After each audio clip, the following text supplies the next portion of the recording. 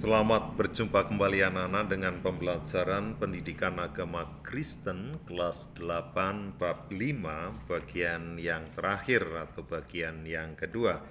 Jangan lupa kalian harus berdoa dulu sebelum memulai pelajaran ini dan memuji Tuhan dahulu serta siapkan buku paketmu, demikian juga Alkitabmu. Kalian bisa pause video ini dan lakukan itu.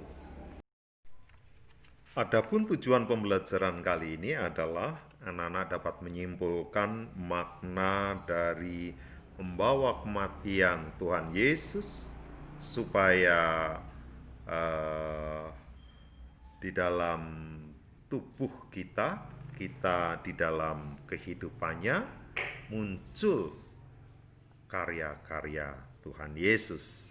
Jadi ada teladan di sana. Kemudian yang kedua, kalian dapat menuliskan secara ringkas kisah Paulus ya terkait tadi membawa kematian tubuh Yesus ya supaya kehidupan Yesus nyata bagi semua orang. Kemudian yang ketiga, anak-anak dapat menguraikan makna kata pendeta Justin Welby ya yang ada di dalam buku paket halaman 36. Kemudian kalian juga dapat menguraikan latar belakang dari 2 Korintus 4 ayat 14 ya. Tentu terkait juga dengan kisah Paulusnya. Kemudian anak-anak dapat menyimpulkan makna Roh Kudus diterjemahkan sebagai comforter ya, comforter. Kemudian yang terakhir, anak-anak dapat menuliskan Roh Kudus menguatkan gereja dan umat. Anak-anak bisa baca ini 2 Korintus 4 ayat 8 sampai 14 dan bisa kalian pause ya. Kalau ini terlalu cepat, kalian bisa menfokuskan pada ayat yang 10, yaitu kami senantiasa membawa kematian Yesus di dalam tubuh kami, supaya kehidupan Yesus juga menjadi nyata di dalam tubuh kami. Artinya bahwa di dalam kematian itu kita harus menghilangkan duniawi kita. Seperti Tuhan menghilangkan duniawinya, rela untuk manusia, maka kita pun harus seperti manusia Yesus. Artinya Allah yang telah menjadi manusia itu memberi teladan agar kita meniru. Begitu anak-anak ya, sehingga kehidupan kita sehari-hari adalah kehidupan yang menjadi teladan meniru Tuhan Yesus. Bagaimana dengan Paulus? Dalam kehidupannya Paulus mendapat banyak tantangan, banyak kerintangan. Dia dicempit di sana sini ya. Kemudian dia juga dipenjara dan terakhir nanti juga matinya mengerikan begitu ya. Itu semua dilakukan karena dia benar-benar tahu siapa itu Tuhan Yesus ya. Jadi Paulus mengerti sekali. Nah, itu nanti akan diuraikan di latar belakangnya nanti. Dan yang pasti Paulus sendiri memiliki penyakit epilepsi kayak Ayan. Jadi coba anak-anak, Paulus merasa benar-benar menderita, tetapi penderitaan itu dia jalani karena dia mengatakan bahwa seperti Tuhan pernah mengatakan ya bahwa orang Kristen itu seperti domba di tengah serigala. Itu sudah akan dicari di mana-mana dan akan dimakan ya. Nubuat itu benar-benar terjadi. Maka Paulus juga menegaskan bahwa mengikut Tuhan Yesus itu tidak mudah, banyak tantangan karena iman kepadaku. Jadi ini sudah dinubuatkan jauh sebelumnya anak-anak, dan Tuhan dan Paulus menegaskan itu juga. Pendeta Justin Welby ya, uskup agung Canterbury dari Inggris ya. Kalau uskup sebetulnya bukan pendeta ya, yang diakui sebagai pemimpin Persekutuan Gereja Anglikan Sedunia. Ya, dia mengatakan bahwa orang Kristen telah diserang dan dalam beberapa kasus semata-mata hanya karena iman mereka. Bayangkan, ya, hanya karena iman mereka. Jadi hal ini memang sudah ada, ya. Dia mendoakan para korban dan pelaku pengepungan dan penembakan selama 4 hari, ya, di sebuah mall di Nairobi, ya, Kenya. Jadi 67 orang tewas, itu tahun 2013. Ada banyak sekali, ya. Dan tentu sama dengan Paulus. Paulus seperti itu juga. Ya. Jadi mengapa Paulus mampu berkata di dalam 2 Korintus 4 ayat 14? Karena kami tahu bahwa ia telah membangkitkan Tuhan Yesus, ya, manusianya yang dibangkitkan, ya, bukan Tuhannya, akan membangkitkan kami juga bersama-sama dengan tubuh Yesus, dan ia akan menghadapkan kami bersama-sama dengan kamu kepada diri Allah. Mengapa Paulus bisa berkata seperti itu? Jangan lupa, anak-anak, Paulus dulu itu bukan pengikut Tuhan.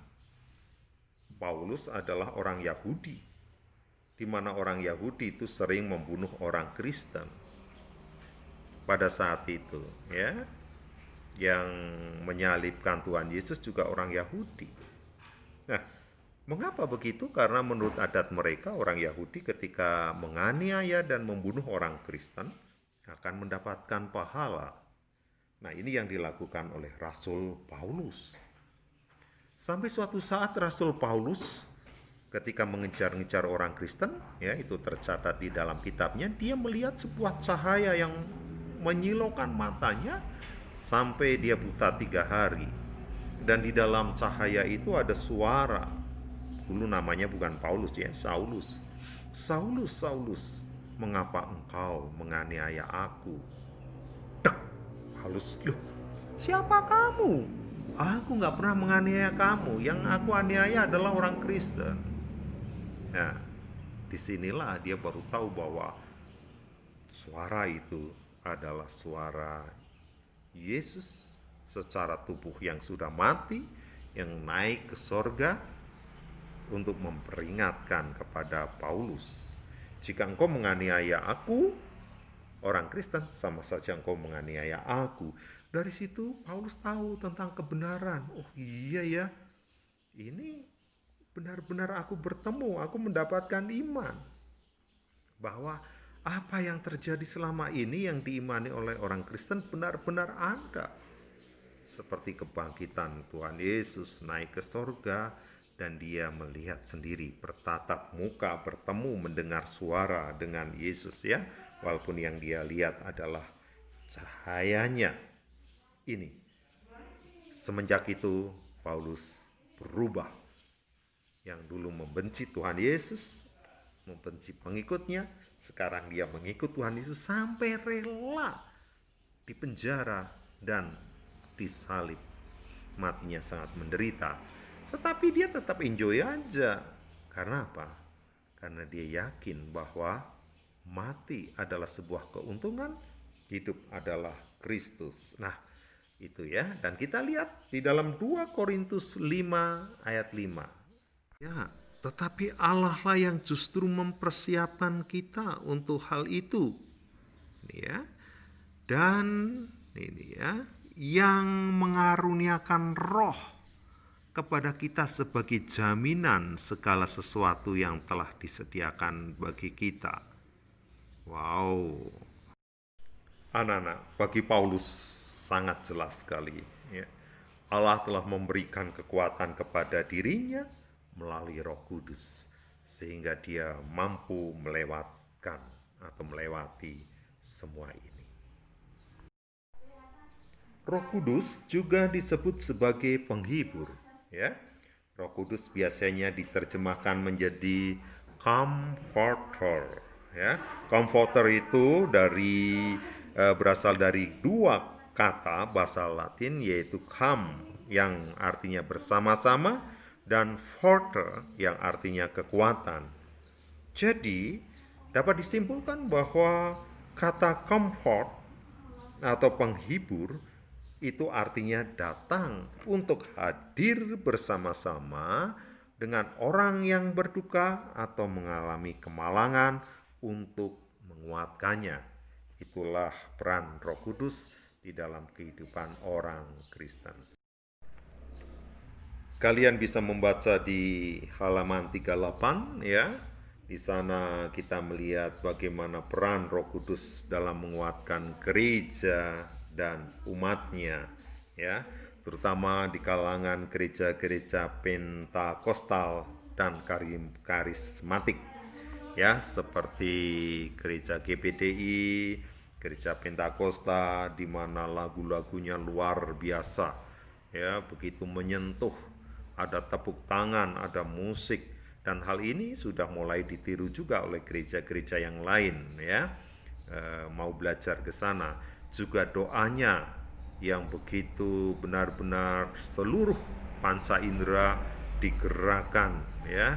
Suaranya juga tidak datar. Hal ini juga penting ya.